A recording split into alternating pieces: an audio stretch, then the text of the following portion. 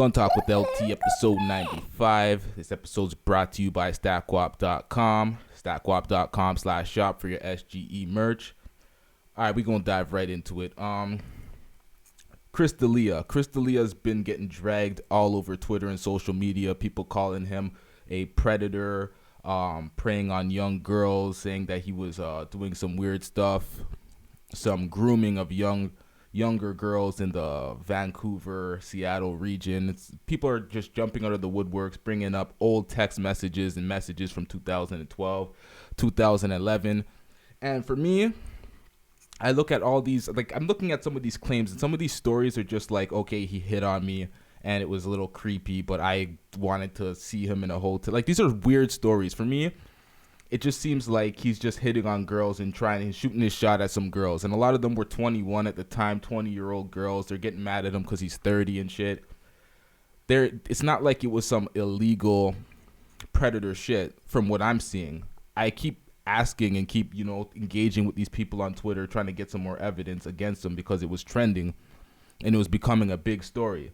And for me, when you levy these type of claims and these type of insults, trying to say he's a predator or he's a pedo or he's some weird shit like that, I'm like, you got to bring the evidence, because I'm not going to believe all claims. I'm going to believe all evidence. If I see any evidence or facts towards it, I'm going to be like, oh shit. Because at the end of the day, a lot of people stick up for people that they like. I like Chris D'Elia. I like his comedy. I like his podcast. I think he's a funny dude.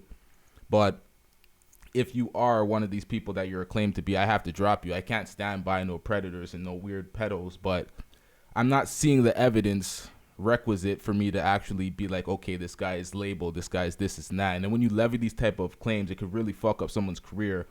So you got to make sure that this is not no bullshit for Twitter and this is some attention grabbing. And from the most part, what I'm seeing, a lot of these messages, a lot of these things that they're showing, it's not enough proof. You see messages from that say his name, it doesn't show a number. They're saying emails, but they cover the email address, so we don't know. We can't confirm if it's actually him. So, and for me, it's a lot of these random girls that don't have much followers and seem like fake profiles half of the times when I'm inspecting their pages. And it just seems a little wild that they're all coming with these 8-year-old, 9, 10-year-old claims out of nowhere.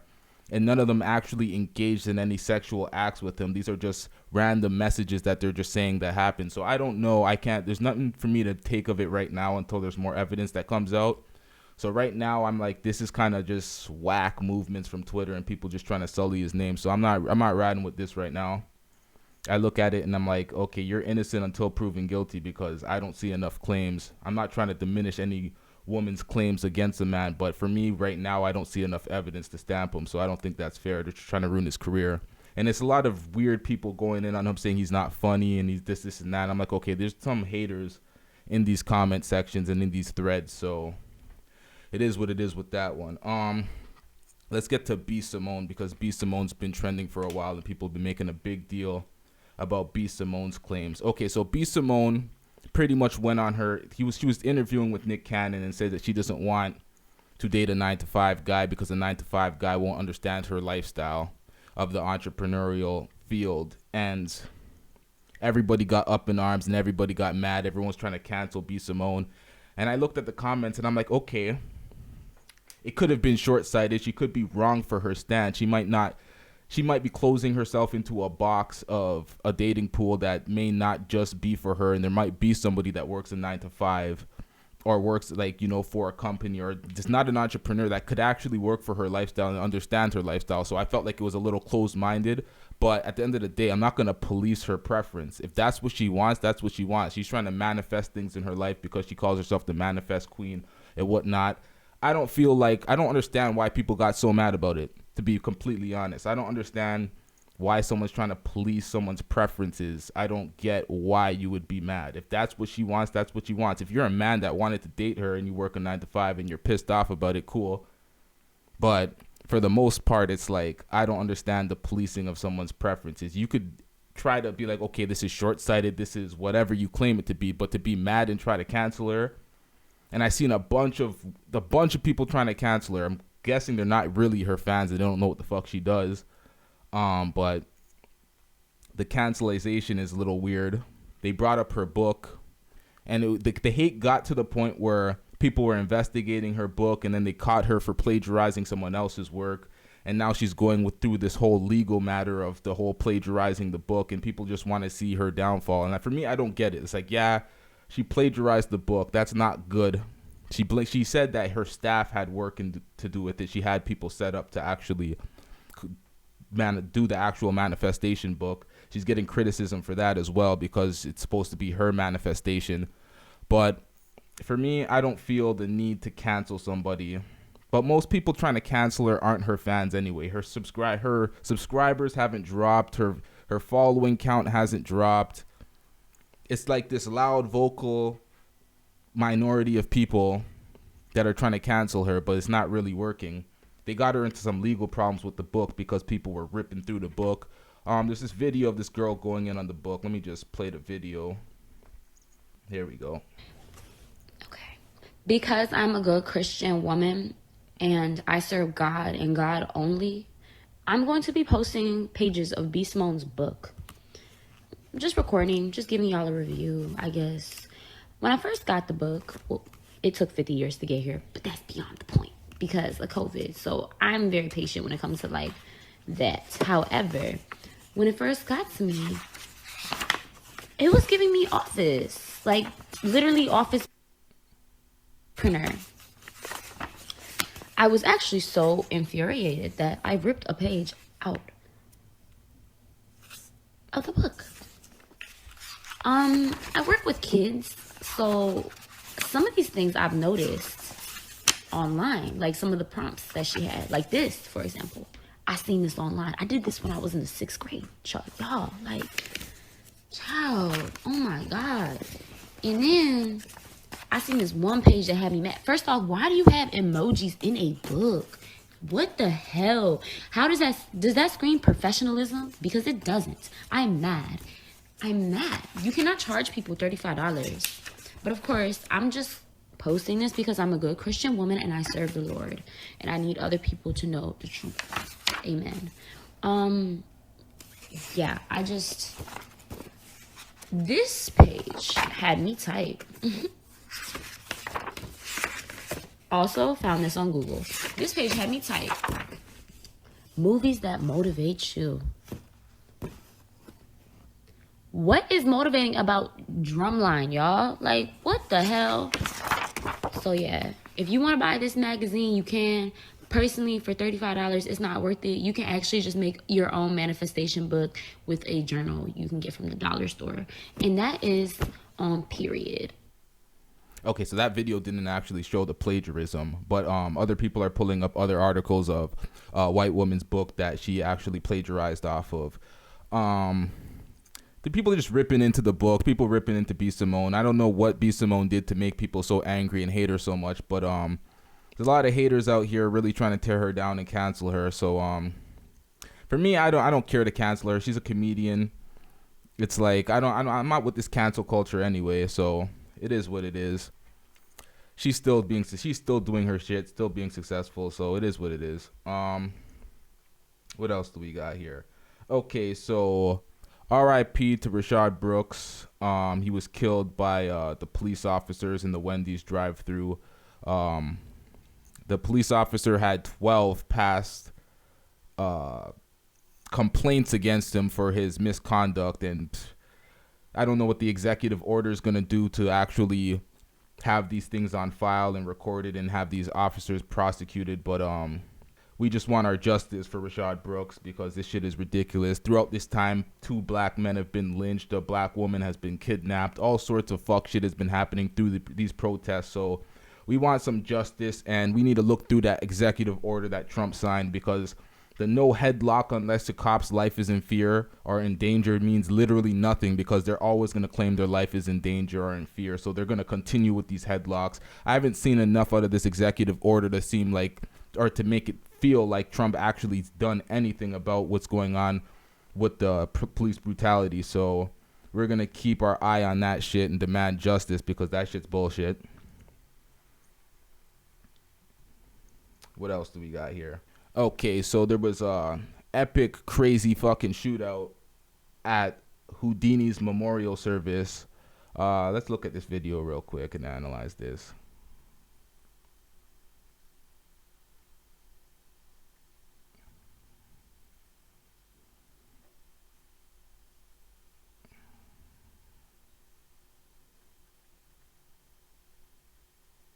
This shit is crazy. These shells flying everywhere, niggas running and ducking.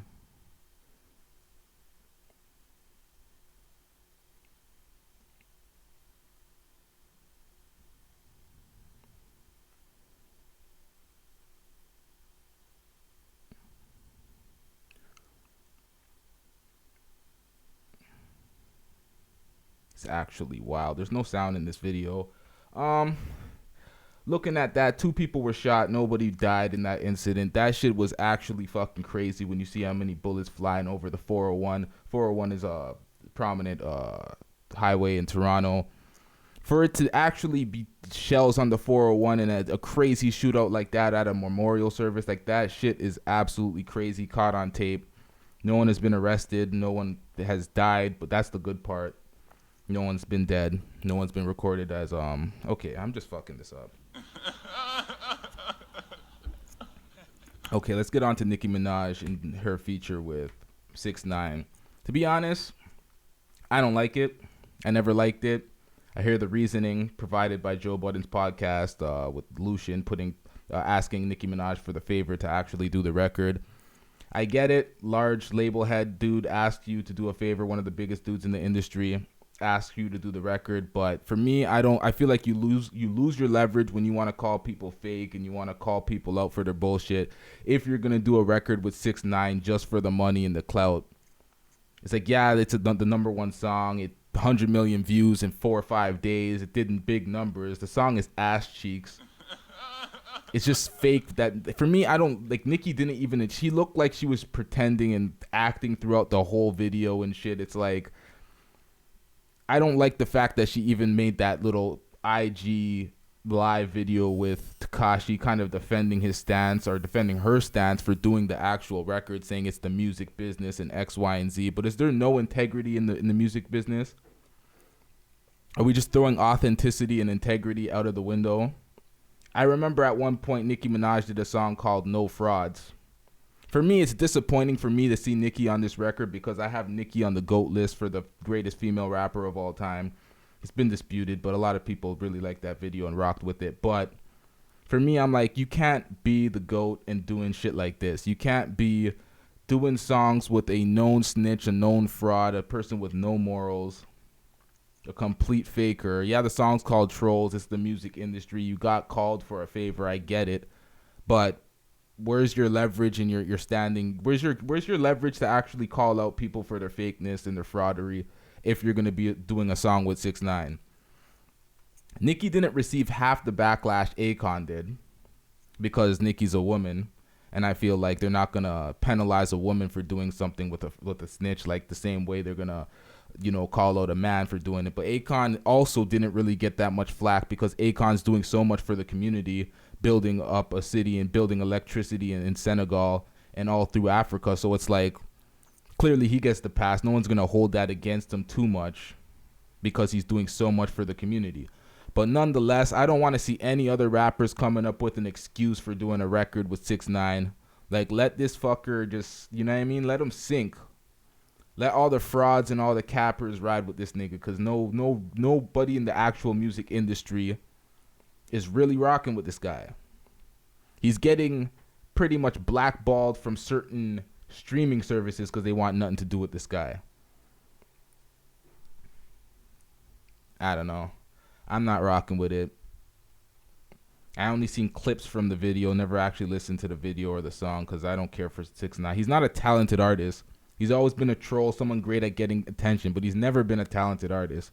Can never confuse that with talent.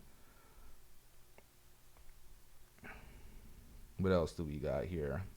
Okay, so we got some Karens doing some wild shit, some racist shit. Let's watch this. Jesus Christ.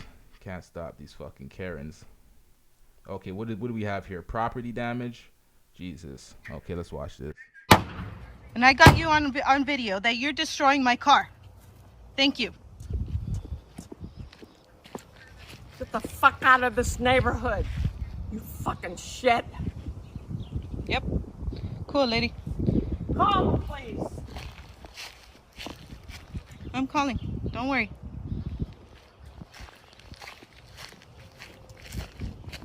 You could have told us.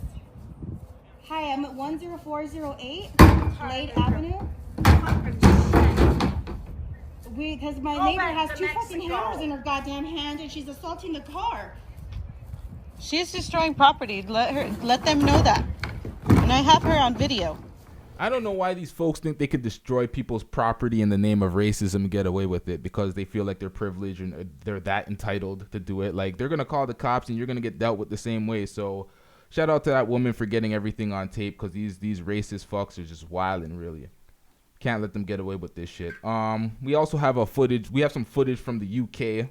We got protesters squaring up and fighting the cops. Let's look at this video real quick.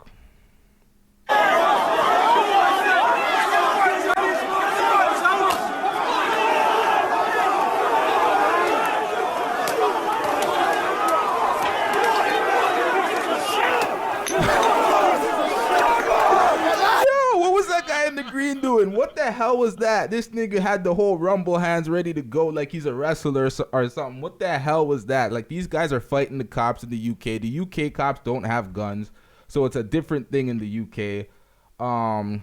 That shit's wild. And they call the Black Lives Matter the niggas. They call the black people thugs and crazy. You know, they call these people good citizens after they're squaring up and punching the police, but it is what it is. It's all for the same matter. They're still fighting for the same cause. They're fighting against police brutality and injustice. Although it's in the UK, they're still fighting for the cause, so it is what it is. I'm not going to be one of these people that just call, you know, any white person fighting the police thugs and animals just to try to prove a point that we're not that and those guys are. It is what it is. We're all fighting for the same cause, so it's just a funny video to see the way the man rolled his arms like he's going to do some wrestling type shit. What else do we got here? Okay, so we got Cuban Doll. Cuban Doll got her sex tape with Tato leaked. Some girl named Ari, one of her friends in the past, leaked the tape. So Cuban Doll made sure that she outed this woman and blast her sex tape and all sorts of unfavorable videos that you wouldn't want out there, like her getting her ass whooped and everything. So let me play these videos of Cuban Doll responding to her sex tape being leaked. Bitch, Ari, okay, you so happy you got a video of me and Tato fucking from last year on my birthday or whatever when I was drunk. I don't give a fuck. It's the fact that my nieces and nephews gotta see that shit. They gotta get on the internet and see their auntie.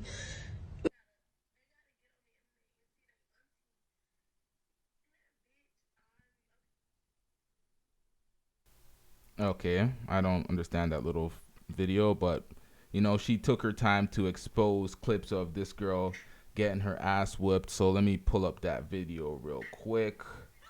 Pull up the receipts. That's the wrong video. All right, this is the video right here.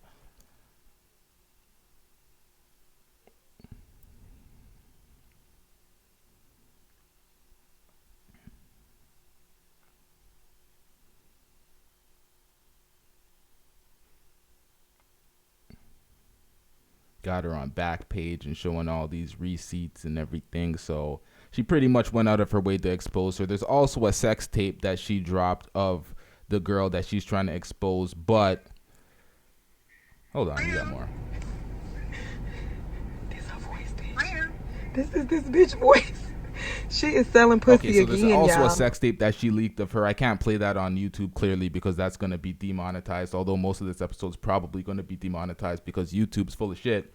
YouTube, let's talk about YouTube. YouTube said that there's an initiative that they're going to spend $100 million. That's the magic number all these corporations are running with. $100 million over the next 10 years to support and prop up black entertainers and black creators on the platform. I never received that push.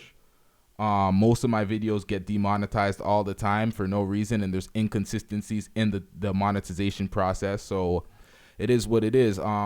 I feel like a lot of these corporations are saying these vague things about the number of money that they're like the numbers that they're putting up, $100 million, $80 million to this, and they're not being clear on what actual charities that they're donating to and what communities are actually going to feel this. So for me, when I hear these companies say these big numbers and throw out these big numbers for support, I actually have to see a paper trail and see where the fuck this shit is going. They need to outline exactly what the hell they're doing because I don't believe none of this shit. $100 million for creators. I'm a creator. I'm a black creator. Where the 100 million going? Like, this shit for me, it's just, they're just saying things to be on the right side of history. But I want to see some actual action. Much like with the NBA players that don't want to actually play, return back to the season, they have to actually have a comprehensive plan of what the hell they want from the NBA for them to actually not return or to actually return, because if they do not play and do not return, they're going to F up the entire CBA. Everyone's contract's going to get thrown out the window. The owners are going to put a hard cap on the salary. So things are going to be real fucked up. They're going to really fuck up their bag. So Kyrie Irving, Avery Bradley, Dwight Howard, these guys have to come up with a real comprehensive plan of what the hell they want and what they're asking the NBA for them to return, because it looks like the season is going to return. The Players Association already signed the deal before they did this movement of not wanting to come back to play. So we're going to see where that shakes up. Definitely a lot more episodes of Blunt Talk with LT coming out soon. The hiatus is over. We back to regular schedule. You can expect a lot more. Subscribe to the channel. A lot more in-depth talks coming back. This is just a rough episode because we just returning back, but we going to be back at it. Subscribe to the page, Blunt Talk with LT. Like, subscribe, comment, all that shit to help the algorithm. Yeah.